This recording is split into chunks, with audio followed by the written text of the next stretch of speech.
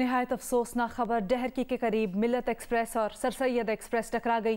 कई बोगियां पटरी से उतरकर उलट गईं। 37 मुसाफिर जाम बहक, 40 से 50 मुसाफिर जख्मी बताए जाते हैं। मुतअद्दिद मुसाफिर मुतासरा बोगियों में फंसे हुए हैं। घोट की ट्रेन हादसे से मुतालिक आपको अपडेट कर रहे हैं। इस हादसे से मुतालिक मालूमात के लिए कराची डिवीजन में 2 इंफॉर्मेशन सेंटर्स कायम कर दिए गए हैं। Information centres Karachi cantt station और हैदराबाद में कायम किए गए हैं। नंबर्स कुछ यूं हैं: 0331 271 6334। इसके अलावा 0300 375 4200 पर आप रब्ता कर सकते हैं। हैदराबाद में जो इंफॉर्मेशन सेंटर कायम किया गया है उसके नंबर्स कुछ यूं हैं: 022 9200 483, 022 9200 258। इसके अलावा 9200 678, 9200 0674।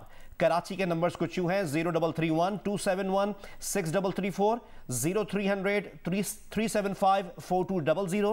हैदराबाद के नंबर्स हैं 022 9200 483, 9200 258, 9200 678, 9200 674। मुसलसल आपको आपकी टीवी स्क्रीन पर नंबर्स दिखा भी जा रहे हैं, आप मुलाहिजा कर सकते हैं इनको। अफसोसनाक हादसे से मुतल्लिक आपको एक बार फिर अपडेट करते चलें। घोट की ट्रेन हादसा हुआ है। डहर की करीब मिल्लत एक्सप्रेस और सर सैयद एक्सप्रेस टकरा गई। कई बोगियां पटरी से उलट कर गिर गई। 37 मुसाफिर जाम बहक हुए हैं, 40 से 50 मुसाफिर जख्मी हैं। मुतअद्दिद मुसाफिर और मुतासरा बोगियों में फंसे होने का खदशा जाहिर किया जा रहा है। रेलवे हुक्काम इससे मुताल्लिक बताते हैं कि अब ट्रैक पर जाने वाली मिल्लत एक्सप्रेस की 8 बोगियां ट्रैक से उतरी।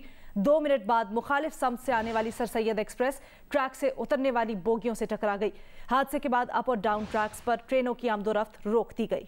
डहर की हादसे से मुतालिक आपको अपडेट कर रहे हैं। इस हादसे में अफसोसनाक अपडेट है कि जाम बहक अफराद की तादाद मजीद बढ़ गई है और अब ये तादाद 37 हो गई है। 40 से 50 मुसाफिर जख्मी बताए जा रहे हैं। इस वक्त भी जाए हादसा पर रेस्क्यू का ऑपरेशन जारी है। हादसे के बाद अप और डाउन ट्रैक्स पर ट्रेनों की आमदोरफ्त रोक दी गई है।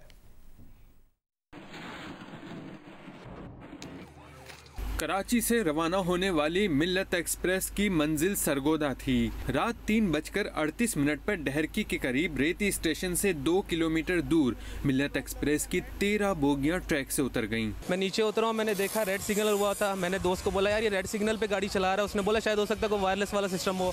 जैसे ही 10 मिनट का इसने फासला तय किया तो ट्रेन इसने ब्रेक मारी और एक बोगी जो पटरी से उतर गई नीचे और दूसरी तरफ से सर सैयद एक्सप्रेस आ रही थी, वो आके इसके साथ टकराई और ये 6 नंबर डब्बा हमारा तो जो कि इधर आके नीचे गिरा। हादसे का शिकार मुसाफिर अभी संभले भी ना थे कि सिर्फ 2 मिनट बाद ही 3:40 के करीब सर सैयद ट्रेन मौत बनकर उनके सर पर आ पहुंची। आप देख लें कोई 1 या 1.5 मिनट का टाइम निकला है। जितनी देर तक को फ़ोन किए हैं गार्ड ने उतनी देर तक ये आ लगी थी। मिल्लत एक्सप्रेस 3:38 पे ड्रेल हुई है जो गार्ड ने बताया। 3:43 पे उसने फ़ोन किया है। ये वाली जो है सर सैयद एक्सप्रेस ये 3:37 पे रेती स्टेशन है, यहाँ से 2 किलोमीटर है या 1.5 है, वहाँ से पास हुई है।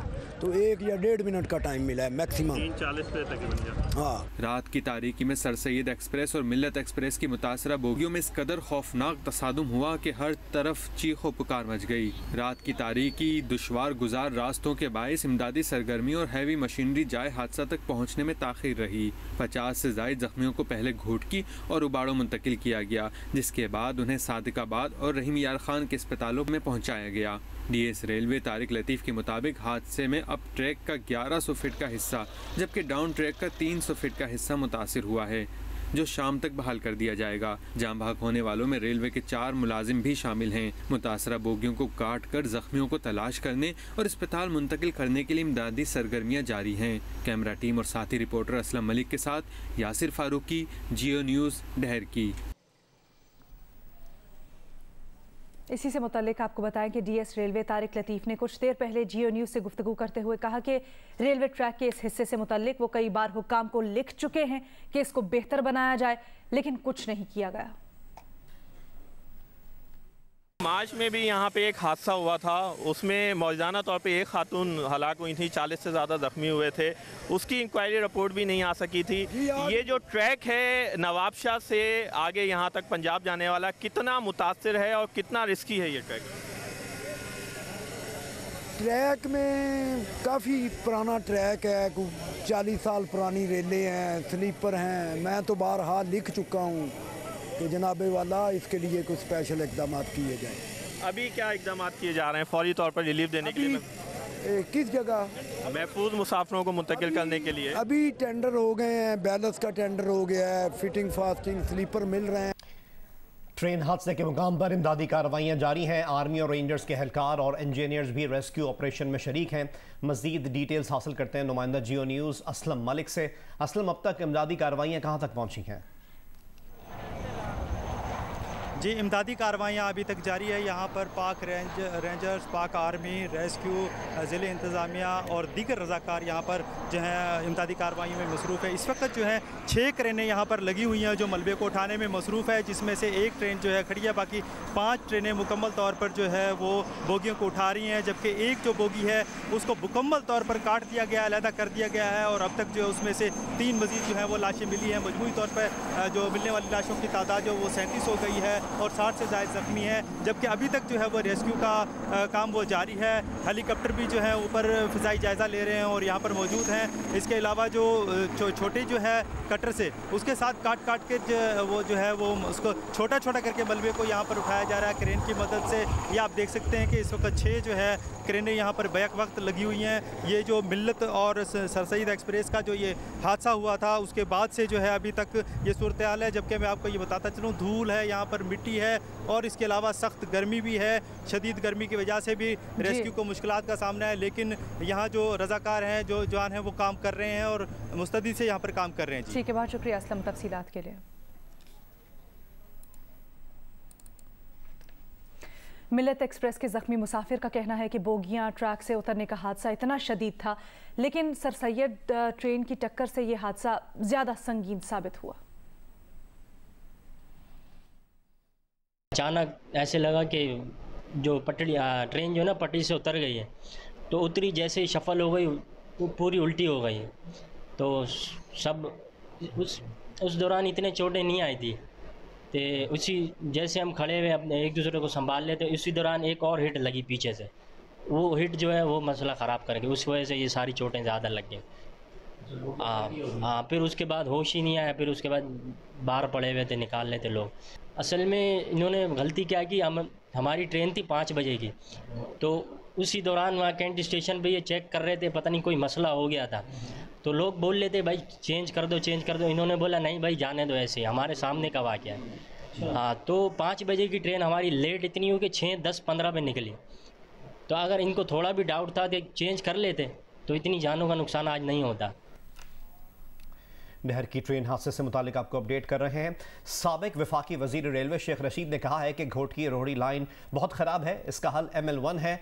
प्रोग्राम जियो पाकिस्तान में बात करते हुए शेख रशीद का कहना था कि उन्हें उम्मीद है कि नए वजीर आज़म ML1 पर काम कर रहे हैं। मजीद कहा जो ट्रैक ज़्यादा ख़राब है उसे तब्दील कर देना चाहिए। वजीर आज़म ML1 पर दिलचस्पी ले रहे हैं, मौजूदा हुकूमत के दौर में ही ML1 पर काम शुरू हो जाएगा। शेख रशीद ने कहा कि रेंजर्स और फौजी जवान जाए हादसा पर मौजूद हैं। ML1 हल है और स्वाति साहब उस पर इंशाल्लाह काम कर रहे होंगे। टेक्निक से अप्रूव हो चुका है। ये रोडी लाइन, घोटकी लाइन बहुत खराब है, 1886 की लाइनें पड़ी हुई हैं और जो ज्यादा लाइन खराब है वो तो मेरा ख्याल है ठीक कर लेनी चाहिए। और वरना ये घोटकी और ये जो ट्रैक है इसको पहले ML1 शुरू किया जाए। रेंजर सबसे पहले पहुंचे हैं, पाक फौज पहुंची है। इस मुल्क में तो अब एक ही अदारा है, आपको पता है, सैलाब हो, हादसा हो, बॉर्डर हो, कोई मसला हो, ये हमारे पास एक अजीम अदारा है जो वक्त पे पहुंचता है और सारे इंतजामात को देख रहे हैं और उम्मीद है कि इसमें जल्द जो है वो जो लोग हैं वो उनको हॉस्पिटल्स तक, जख्मियों तक पहुंचा दिया जाएगा। डहर की ट्रेन हादसे पर तमाम इदारे रेस्क्यू ऑपरेशन में मसरूफ़ अमल हैं। तर्जुमान NDMA के मुताबिक जख्मियों को नज़दीकी अस्पतालों में मुंतकिल किया जा चुका है। फौज, रेंजर्स, ज़िला इंतज़ामिया, रेस्क्यू 1122, पुलिस रेस्क्यू ऑपरेशन में मसरूफ़ हैं। मशीनरी की मदद से बोगियों में फंसे मुसाफिरों को निकालने का काम तकमील के करीब है। ट्रैक से रिलीफ ट्रेन और क्रेन के जरिए मलबा हटाने का काम जारी है। आर्मी के 2 हेलीकॉप्टर्स भी रेस्क्यू ऑपरेशन में शरीक हैं। फ़ज़ाइया ने इमरजेंसी के लिए चकलाला बेस और फैसल बेस कराची पर 2 जहाज तैयार कर दिए हैं।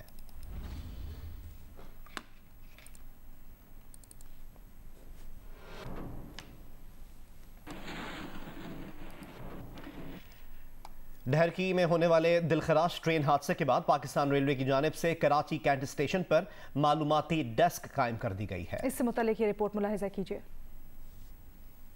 जी बिल्कुल, गुज़िश्ता रात को 2:38 पर एक दिलखराश वाक़या पेश आया जिसके अंदर कराची से जाने वाली मिल्लत एक्सप्रेस का डहरकी के मकाम पर सर सैयद एक्सप्रेस के साथ तसादुम हुआ। मैं इस वक्त कराची कैंट स्टेशन पर मौजूद हूँ। रेलवे इंतज़ामिया की जानिब से एक इंफॉर्मेशन डेस्क बनाई गई है, उसके इंचार्ज इस वक्त मेरे साथ मौजूद हैं, अरसलान साहब। जो मुसाफिर उसमें थे उनको दूसरी गाड़ियों में बिठा के कराची के लिए रवाना कर दिया गया और जो ज़ख्मी हैं उनका इलाज मुआवजे का फ़ौरन बंदोबस्त हो गया है और ट्रैक की बहाली के लिए रेलवे इंतज़ामिया पूरी कोशिशों में लगी हुई है और फ़ौरन उसको ट्रैक को बहाल कर रही है। ट्रेनों की आने जाने की आमदोरफ्त में कोई असरअंदाजी नहीं होगी। मिल्लत एक्सप्रेस में कितने कराची के जो यहाँ से टिकट बायर्स थे वो सवार थे? इकॉनमी क्लास के 583 कराची से थे और 52 पैसेंजर AC के थे कराची से और टोटल फिर दूसरे छोटे छोटे स्टेशनों से जैसे नवाबशाह, हैदराबाद, मेहरापुर, रोड़ी से जो चढ़े थे तो टोटल मिल्लत के पैसेंजर थे 765। जैसे जैसे लोगों को पता चल रहा है वो यहाँ इन्फॉर्मेशन डेस्क पर आ रहे हैं और अपने प्यारों के हवाले से तफसीलात जिनका उनसे रब्ता नहीं हो पा रहे हैं उनके हवाले से तफसीलात यहाँ से हासिल करने की कोशिश कर रहे हैं। जी शुक्रिया ज़ीशान तफसीलात के लिए। आपसे वक्तन फ़वक्तन अपडेट्स लेते रहेंगे। घोट की ट्रेन हादसे से मुतल्लिक जहां हम आपको मालूमात दे रहे हैं, जाए हादसा से भी इस वक्त रेस्क्यू ऑपरेशन कहां तक पहुंचा है ये भी बता रहे हैं, वहां हादसे से मुतल्लिक मजीद मालूमात के लिए कराची डिवीज़न में 2 इंफॉर्मेशन सेंटर्स कायम कर दिए गए हैं। Information centre Karachi cantt station और हैदराबाद में कायम किए गए हैं। कराची में कुछ नंबर्स भी दिए गए हैं जिन पर आप रब्ता करके मजीद मालूमात हासिल कर सकते हैं। ये नंबर्स आपकी TV स्क्रीन पर भी आ रहे हैं, हम दोहरा देते हैं। कराची में जो नंबर्स हैं उन पर आप रब्ता कर सकते हैं 0331 271 6334। दूसरा नंबर कराची वालों के लिए है 0300 3754 200। हैदराबाद के लिए भी नंबर्स दिए गए हैं। हैदराबाद के शहरी इन नंबर्स पर रब्ता करके मालूमात हासिल कर सकते हैं। हैदराबाद के नंबर्स नोट कीजिएगा 022 9200 483, 022 9200 258, 022 9200 678 और 022 9200 674। हैदराबाद के वासी यहाँ पर फ़ोन करके हेल्प डेस्क से मालूमात ले सकते हैं।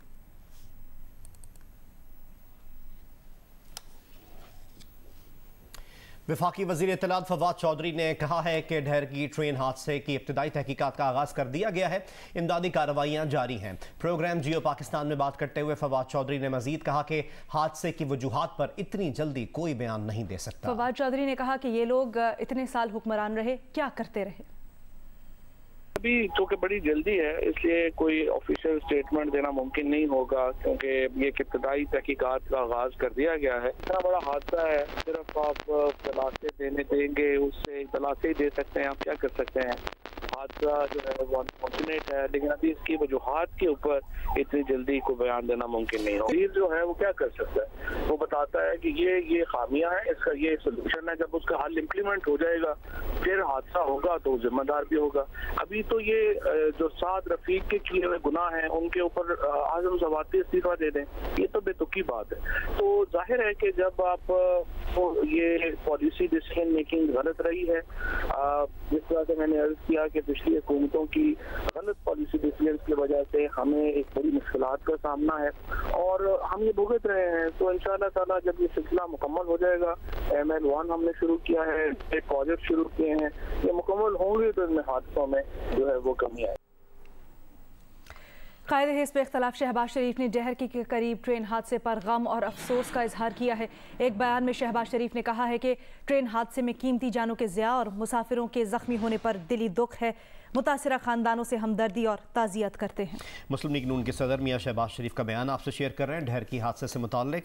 उन्होंने कहा है कि हादसे की जगह समेत सखर डिवीज़न में 13 मकामात पर ट्रैक की हालत ठीक न होने की तहरीरी रिपोर्ट के बावजूद मुजरिमाना गफलत क्यों बरती गई। अफसोस मौजूदा दौर ट्रेन के हादसात का दौर साबित हो रहा है। वाक़े की हकीकी और गैर जानिबदाराना तहकीकात कराई जाए। उन्होंने मजीद कहा कि हादसे के ज़िम्मेदारान के खिलाफ सख्त कार्रवाई की जाए। अल्लाह ताला मरूमीन को जन्नतुल फिरदौस में जगह दे और लवाहिकीन को सब्र जमील अता करे। कायदे हिज़्ब इख्तिलाफ ने ज़ख्मियों की जल्द सेहतयाबी के लिए भी दुआ की।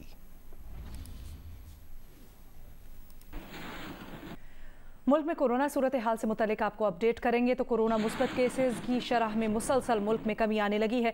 गुज़श्ता 24 घंटों के दौरान कोरोना के मुस्बत केसेस की शरह 3% रिकॉर्ड की गई। NCOC के मुताबिक गुज़श्ता रोज कोरोना के 49,285 टेस्ट किए गए, 1,490 नए केसेस सामने आए। गुज़श्ता रोज कोरोना के मजीद 58 मरीज इंतकाल कर गए।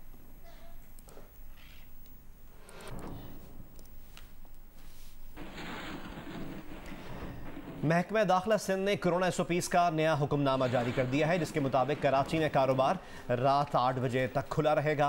हुक्मनामे के मुताबिक अम्यूज़मेंट पार्क्स बंद रहेंगे, बेकरियां और दूध की दुकानें रात 12 बजे तक खुली रहेंगी। नुमाइश के लिए एक्सपो हॉल्स पर पाबंदी बरकरार रहेगी। रेस्टोरेंट्स को आउटडोर सर्विस की इजाज़त होगी। रेस्टोरेंट टेक अवे सर्विस रात 12 बजे तक कर सकेंगे। जिम्स, इंडोर गेम्स पर पाबंदी बरकरार है।